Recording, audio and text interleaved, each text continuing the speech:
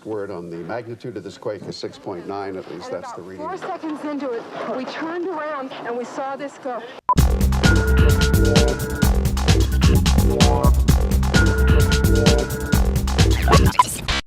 You're looking at portions of pictures that were recorded earlier of a neighborhood in San Francisco, not too far from Fisherman's Wharf. We believe that this kind of damage has been largely confined to that neighborhood. This is very familiar looking housing. We believe that this is in that neighborhood, which is down near the Fisherman's Wharf area. It does look to us to be Divisadero or Chestnut Street or one of those residential areas. Okay, you are. Obviously, power is very limited. We're working off primarily batteries and generators at this point.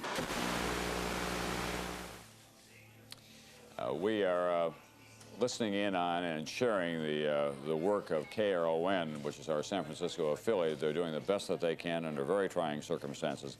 Emergency backup power in that city, which has been hit very hard by an earthquake which struck in the Santa Cruz area, south of San Francisco. It was like someone was making up a bed. I'm in a Bronco Ford, and it was tossed around up at least a foot off the pavement. If we roll that tape, we can show you what has happened. That bridge is expected to be impassable for the next few days. There is a 50-foot section of the upper deck of the Bay Bridge which collapsed. We do not have an exact death toll yet, although we do have 5 people confirmed dead in the San Francisco area. At least 1 died when the bridge collapsed. Other cars may have gone into the bay. We cannot say at this time. They're still sorting out the extent of the damage and the nature of it and where it occurred. We are showing you primarily pictures from San Francisco, but we do remind you a wide area was affected.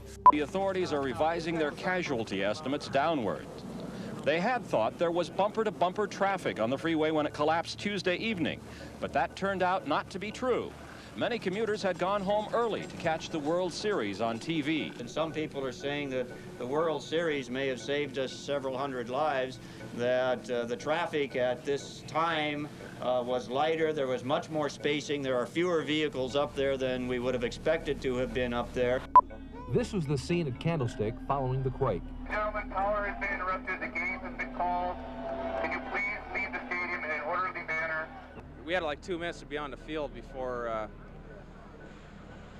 they started the introduction, so we were kind of, jogging down the thing, and Jeff asked me, he goes, "What is that?" I said, "It's an earthquake, big boy," and the lights started flashing off and on. And the Oakland A's take. I'll tell you what, we're having an earthquake. 60-some thousand fans at Candlestick Park tonight. The ballpark itself did suffer some damage. No one hurt or injured or killed there, we're told. The 3rd game of the World Series, however, was understandably canceled. When it can be rescheduled, we don't know. We don't know what happened in Oakland tonight, for that matter. Stand by. Stand by. Thing win. You're on. Thank you. Okay, that was Suzanne Shaw reporting from the Sutro Tower to show us what had happened on the Bay Bridge. And joining us now is Bob Costas of NBC Hello, Sports. Were you at Candlestick? Yeah, I was in the press box right alongside the ABC broadcasting position, and it shook. It shook pretty well.